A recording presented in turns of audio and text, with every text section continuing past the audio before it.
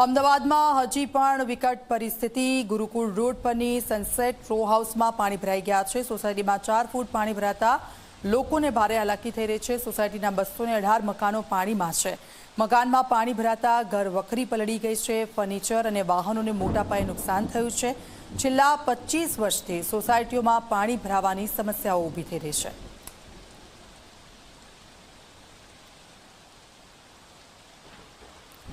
ગુરુકુળ road પર આવેલી society છે કે જ્યાં પાણી ભરાઈ ગયા હતા। વરસાદ જે વરસ્યો તેમાં ઘરમાં પાણી ફરી વળ્યા છે, એટલે સ્વાભાવિક છે કે ઘર વખરીને નુકસાન થયું છે, ફર્નિચરને નુકસાન થયું છે, વાહનોમાં પાણી ભરાઈ ગયા છે અને વાહનો પણ તેમના બગડી ગયા છે। મોટા પાયે નુકસાન ત્યાંના લોકોને થઈ રહ્યું છે અને હજી પણ એ પાણી ઓસર્યા નથી। ગુરુકુળમાં આવેલ સનસેટ રો હાઉસ ખાતે હું છું કે જ્યાં દર વર્ષની જેમ આ વર્ષે પણ વરસાદી પાણી ભરાયા છે, પરંતુ જે પ્રકારે સ્થાનિકો સાથે એ વાતચીત થઈ એ સ્થાનિકોના કહેવા પ્રમાણે દર વર્ષે 1 થી 1.5 ફૂટ પાણી હોય છે, પરંતુ આ વર્ષે 3 થી 4 ફૂટ જેટલું પાણી ભરાયું અને તેને લઈને એ સ્થિતિ જોઈ શકાય છે। એ સોસાયટીઓમાં હજુ પણ એ પાણી ભરાયેલા છે, એનો નિકાલ જે છે ઝડપી નથી થઈ રહ્યો।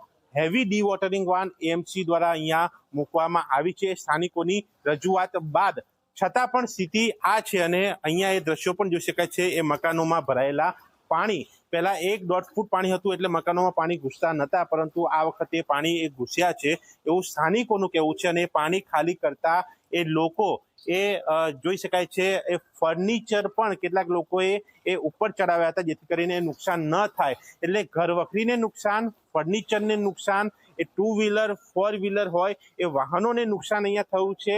એટલે એક અંદાજો આપણે જો લગાવીએ તો આ 200 ઉપર જેટલા મકાનો છે અને એની સ્થિતિ આ નુકસાનીની હોય તો ઘણું બધું એ આંકડાકીય નુકસાન જે છે એ અહીંયા દેખાઈ રહ્યું છે અને તેની ભરપાઈ કોણ કરે એ પણ અહીંયા સવાલ ઊભો થાય છે। પરંતુ વાત એ છે કે પાણી એ કેમ અહીંયા ભરાય છે, એ પાણીનો ઝડપી નિકાલ કેમ નથી થતો, એવી વ્યવસ્થા કેમ નથી, એ લોકોની માંગ છે અને તેની સામે એ હાલાકી ભોગવતા આ લોકોના એ દ્રશ્યો જોઈ શકાય છે। અને હજુ પણ કેટલા કલાક આ પાણીનો નિકાલ થતા લાગશે એ પણ સવાલ અહીંયા થઈ રહ્યો છે।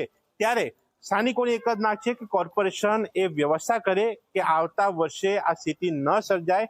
પણ આ વખતે જે પ્રકારે વરસાદ રહ્યો, જે ભારે વરસાદ રહ્યો, જેને લઈને અમદાવાદ એ બેટમાં ફેરવાયું, એટલે સ્વાભાવિક છે કે આ સ્થિતિ સર્જાય, પણ એ સ્થિતિ ન સર્જાય એવી પણ વ્યવસ્થા થાય। એ પ્રી મોન્સૂનનો જે પ્લાનનો દાવો એ કોર્પોરેશન કરે છે એ દાવા પ્રમાણેની કામગીરી એ દેખાય એ પણ જોવું જરૂરી છે, જેને લઈને એ તંત્ર સામે સવાલો ઊભા ન થાય, સાથે જ લોકોને હાલાકી ન પડે, એ નુકસાની ભોગવવાનો વારો ન આવે। કેમેરામેન તુષાર શાહ સાથે દર્શક રાવલ, ઝી મીડિયા, અમદાવાદ। તો અમદાવાદની ગુરુકુળ આ સોસાયટી અને ત્યાં વરસાદ બંધ થઈ ગયો છે, એટલે લોકોએ પોતાના ઘર સાફ કરવાની શરૂઆત કરી છે, પાણી ઉલેચવાની શરૂઆત કરી છે, કારણ કે ઘરમાં પાણી ભરાઈ ગયા છે અને દર વર્ષે તેમને આ પરિસ્થિતિનો સામનો કરવો પડી રહ્યો છે। પરંતુ તંત્ર તરફથી કોઈ કામગીરી કરવામાં નથી આવતી અને તંત્ર તરફથી એવું કહેવામાં આવે છે કે અમે પ્રી મોન્સૂન કામગીરી કરીએ છીએ, પરંતુ ગઈકાલે જે વરસાદ વરસ્યો તેમાં આ પ્રી મોન્સૂન કામગીરી ક્યાંય દેખાય નહીં। અમદાવાદના ગુરુકુળ રોડ ઉપર આવેલ સનસેટ એ સોસાયટીમાં હું છું અને એ જગ્યા ઉપર જોઈ શકાય છે વરસાદી પાણી એ ભરાયેલા અને તેનો નિકાલ કરતા એ ઘર માલિકો, એ ઘરના સભ્યો, આ જે સોસાયટી છે જ્યાં દર વર્ષે છેલ્લા કેટલાક વર્ષોથી આ સ્થિતિ એ સર્જાય છે, પાણી ભરાય છે અને પાણી ન ભરાય તેના માટે દિવાલો પણ કેટલીક બનાવવામાં આવી છે, પણ એ પાણીનું લેવલ એટલું હોય છે કે ઘરમાં પાણી ઘૂસે છે અને એ બાદ આ સ્થિતિ આ જ પ્રકારે લોકો એ મકાનમાંથી પાણી ખાલી કરતા એ જોવા મળે છે। એ લોકો સાથે પણ વાત કરીશું, સોસાયટીના સભ્યો સાથે પણ વાત કરીશું। આપ કેટલા કલાકથી પાણી ખાલી કરો છો? હું કરીબ 2-3 કલાકથી પાણી ખાલી કરવાનું કામ ચાલુ છે અને હજી ચાલુ જ છે। હજી બધું અંદર બગડી ગયું છે, લાઇટો અને બાઇટો બધી બંધ થઈ ગઈ છે। ક્યાં સુધી પાણી અંદર ગયા હતા? પાણી આ છે કાચ સુધી આવી ગયું હતું, એટલે બારી સુધી? બારી સુધી 4 ફૂટ જેવું આવી ગયું હતું। વાહનોને પણ નુકસાન થયું હશે? વાહનો તો એમાં મારા એક ગાડી ને 2 બાઇકો બધું જ બગડી ગયું છે અત્યારે તો। હવે એ ચાલુ થાય ના થાય તો આપણને ખબર નથી, પણ મ્યુનિસિપાલિટી કોર્પોરેશનને નમ્ર વિનંતી કે નેક્સ્ટ ટાઈમ થોડું ધ્યાન રાખે। હા, અચ્છા, નેક્સ્ટ ટાઈમ એ ધ્યાન રાખે. પણ એ નુકસાની આ સોસાયટીમાં છે. ઘર વખરીને નુકસાન, ફર્નિચરને નુકસાન, એ વાહનો બચાવવાનો પ્રયાસ પણ એ સ્થાનિકોએ કર્યો છે કે જ્યાં ઊંચી જગ્યા ઉપર એ 2 વ્હીલરો જેટલા આવી જાય એ ગોઠવ્યા છે. પણ છતાં પણ એ નુકસાન તો અહીંયા થયું જ છે. એ બીજા સભ્યો સાથે વાત કરીશું. કેટલા વર્ષોથી આ તકલીફ છે? કોર્પોરેશનને ફરિયાદ રજૂઆત તો કરી હશે, છતાં પણ નિકાલ નથી. કોર્પોરેશનને ફરિયાદ કરી, પણ આ પહેલી વખત એવું છે કે અમારે ત્યાં પાણી આટલું બધું આવ્યું. દર વખતે આવે છે પણ આટલા બધું વરસાદનું પાણી ભરાતું નથી. દર વખતે કેટલું ભરાય છે? દર વખતે આવે તો 1-1.5 ફૂટ પાણી ભરાય છે, પણ આ વખતે 3.5-4 ફૂટ પાણી ભરાઈ ગયું છે. અને મેઇન તો અમારે ડ્રેનેજ લાઈન ચોકઅપ છે, પણ ગઈ વર્ષે અમને સરકાર દ્વારા બોર બનાવી આપ્યો તો જેનો નિકાલ થાય છે. પણ આ વખતે જે વરસાદ જ એકદમ આવ્યો છે એના હિસાબે તકલીફ છે. પણ અત્યારે ફાઈટર બી એમને મોકલી આપેલું, અમને કીધેલું કે 10 વાગતા આવશે, પણ 11 વાગતા આવી ગઈ. દિવાલો પણ ક્યાંક બનાવી છે? દિવાલો બધા મકાન વાળાએ બનાવેલી છે. કેટલા મકાનો છે? 216. તમામમાં પાણી છે? દરેકમાં પાણી છે.